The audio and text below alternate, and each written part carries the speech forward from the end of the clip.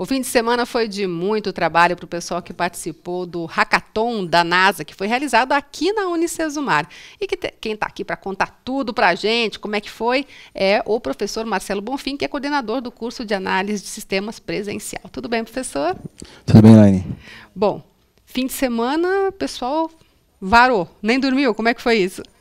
Então, o evento ele teve, na verdade, em torno de 48 horas, né? Nós começamos na sexta-feira com a palestra de abertura.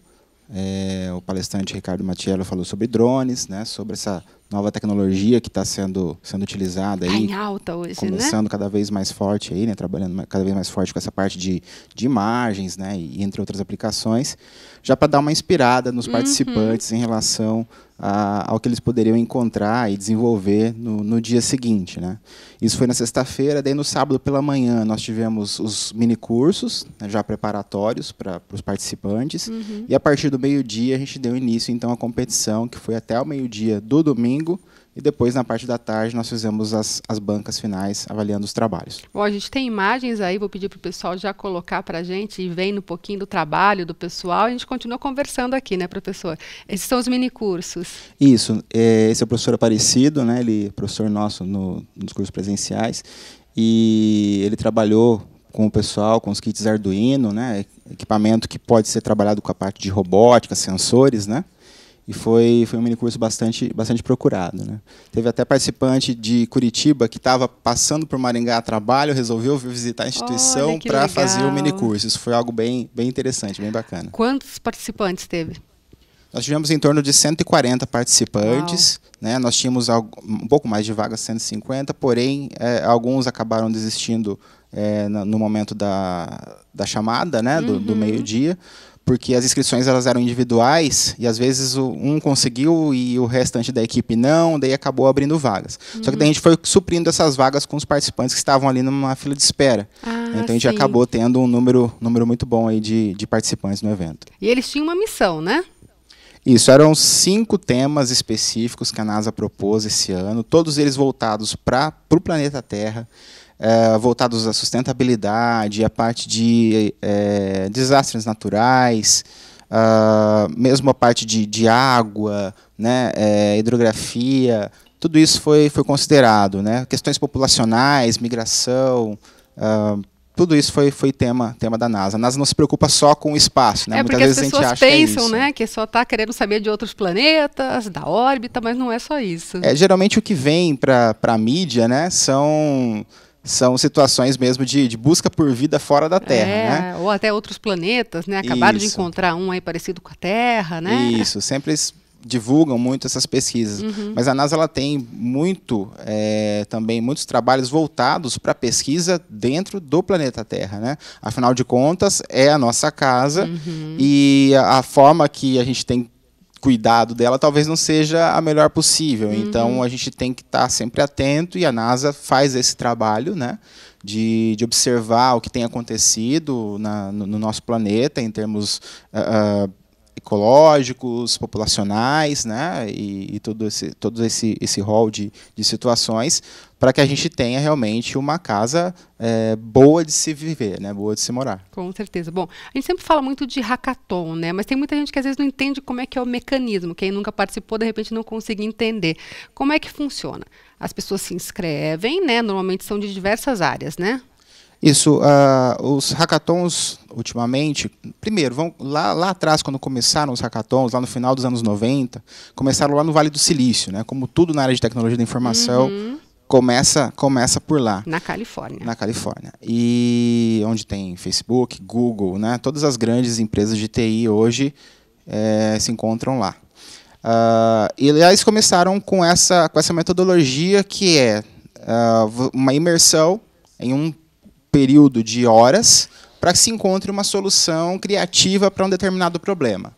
Então, essa metodologia ela foi crescendo cada vez mais, né? Hoje em dia, nos Estados Unidos, principalmente lá onde é o berço da tecnologia, nós vemos isso acontecendo semanalmente dentro das empresas. Sempre então, tem um hackathon. É da cultura deles já fazerem isso, né? Aqui no Brasil, isso começou a ficar mais forte nessa década. né, onde as primeiras iniciativas começaram a surgir. Por exemplo, em Maringá, a gente teve o primeiro hackathon acontecendo no TIC Nova, em 2013. Né?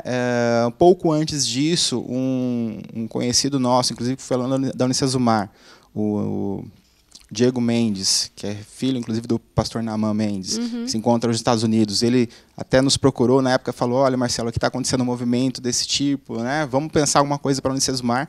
E daí, no ano seguinte, a gente já teve o primeiro hackathon na cidade, depois o nosso hackathon interno aqui da instituição, e é uma metodologia muito interessante. A ideia é que cada um se inscreva, independente da sua área de conhecimento, né? E que passe, então, dentro de um trabalho em equipe, pensar soluções para determinados problemas que são apresentados. Né? Esses problemas, normalmente, quem apresenta essas missões, esses desafios, são os organizadores do hackathon. Isso. Geralmente, o hackathon ele vem com uma temática já pré-definida. Né?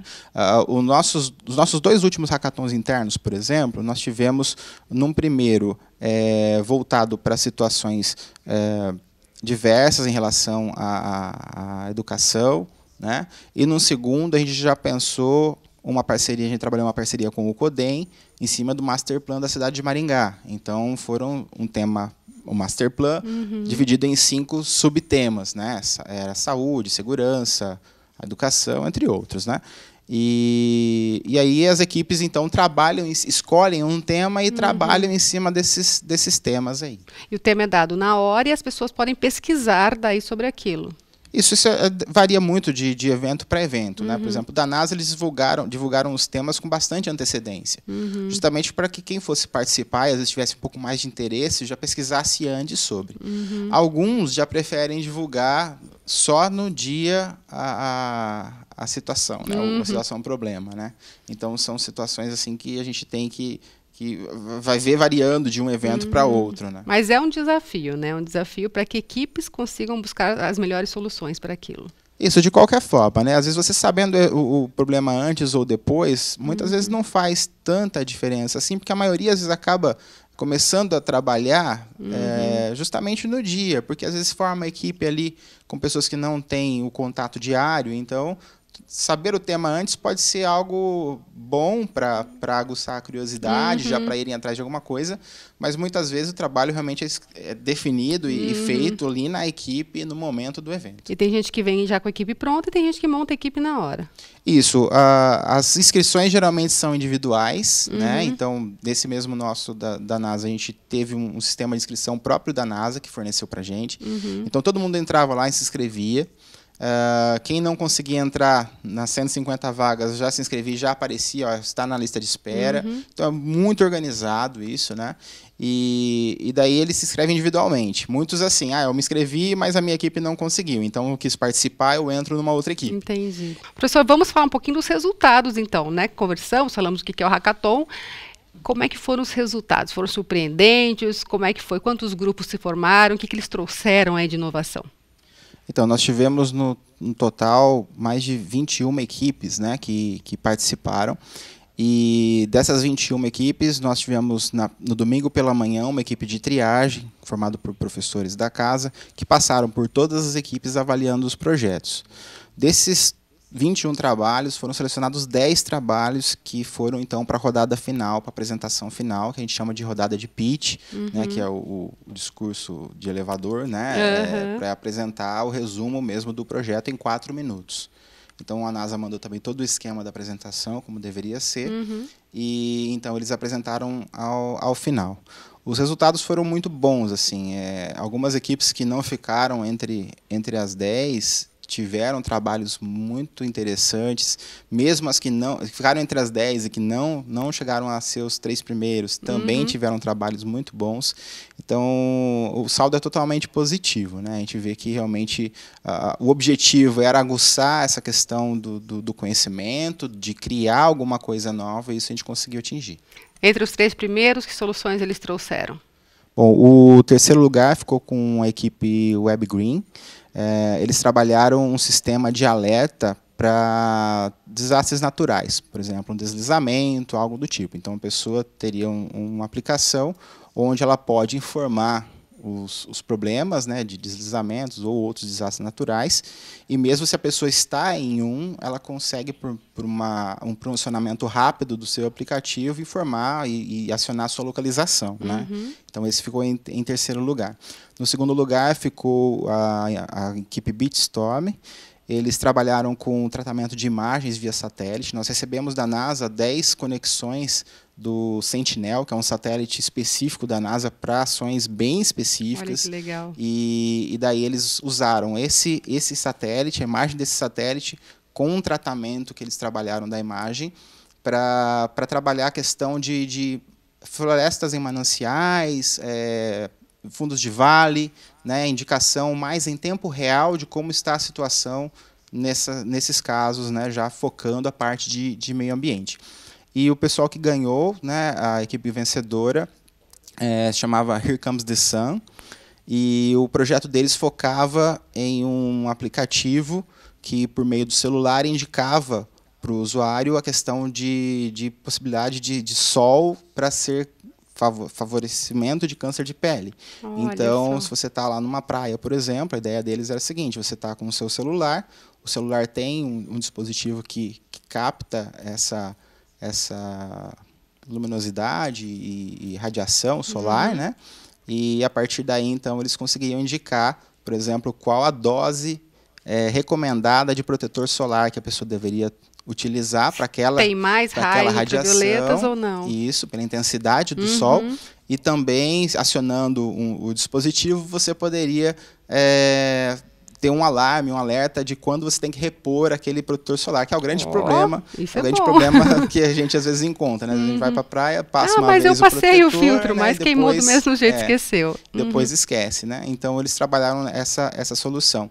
Então, aí a gente já percebe a criatividade dos participantes, né? Eles focaram realmente em soluções bem interessantes. E esses vencedores agora participam de uma nova etapa em outro local? Como é que funciona? Isso, das 161 cidades que participaram, são selecionados, então, 3 projetos. Esses 3 projetos vão gravar um vídeo de 30 segundos. Esse vídeo é analisado pela NASA, que então vai escolher 5 equipes para serem as vencedoras mundiais. Então tem uma grande quantidade de participantes ainda, mas essas equipes já têm a honra de participar de uma seletiva mundial, né? Então isso os deixou bastante animados, né, de estar lá com o projeto no site da NASA, dizendo que foram vencedores da etapa regional. Né? Então isso deixou os participantes muito orgulhosos. Você estava me contando agora durante o intervalo que às vezes as pessoas não imaginam, mas tem pessoas das mais variadas profissões nas equipes, né? Nessa vencedora, por exemplo, tinha. Então, a equipe que ficou em terceiro lugar, a gente tinha alguns egressos nossos do curso de Sistemas para a Internet, de análise de sistemas. Na equipe que ficou em segundo lugar também, alunos nossos e de outras instituições também participando, da UEM, por exemplo. E na que ficou em primeiro lugar, tinha uma aluna de nutrição. Né? Então é algo que a gente não, às vezes até nem imagina que isso possa acontecer, né? Mas uma aluna do segundo ano de nutrição, né, veio participar com seus amigos ali e conseguiram então fazer esse projeto bem interessante. Isso também mostra uma coisa, né? A participação da mulher na área de TI, ela muitas vezes traz essa outra visão, né? Essa outra visão sobre as coisas, né? Tanto a equipe ficou em terceiro, quanto a equipe ficou em primeiro, todas elas tinham meninas participando. Então isso mostra também o poder da mulher dentro da área de TI, que muitas vezes não está sendo tão explorado assim. Ainda é meio raro, infelizmente, né, professor? Infelizmente, né? A gente tem feito esse discurso, né, para tentar incentivar cada vez mais as meninas a participarem. É uma área que ainda tem muito essa visão de que é masculina, né? Porém a gente tem muitos exemplos aí de meninas que estão se dando muito bem na área de TI. E a contribuição é sempre muito bem-vinda de todos os lados, né? Tanto dos meninos quanto das meninas. Com certeza. Acho que independente da área hoje, todos nós vivemos tecnologia da informação, né? Em qualquer setor. Seja hoje um médico precisa da tecnologia da informação, um advogado precisa da tecnologia da informação, são recursos que vêm facilitar o nosso dia a dia, né? Com certeza. Então, as pessoas de outras áreas, elas têm muito a contribuir para o profissional de tecnologia da informação, porque elas trazem essa visão de fora que muitas vezes a gente acaba não tendo. Nossa visão é mais focada para programação, para soluções, para criar a ferramenta em si. Mas o detalhe da ferramenta, aquela sensibilidade maior, ela tem que vir de outras áreas. Isso ajuda bastante. É verdade. Pessoal, muito obrigada pela participação. Parabéns aí pelo Hackathon, que venham muitos outros, né? Agora que a NASA já conhece a gente, quem sabe vem bastante coisa de lá para cá. Então, a gente que agradece todo o apoio de vocês, né? E a gente realmente espera o ano que vem termos a segunda edição aqui na Unicesumar. Acredito que vamos ter com bastante sucesso. Tomara. Obrigada, professor.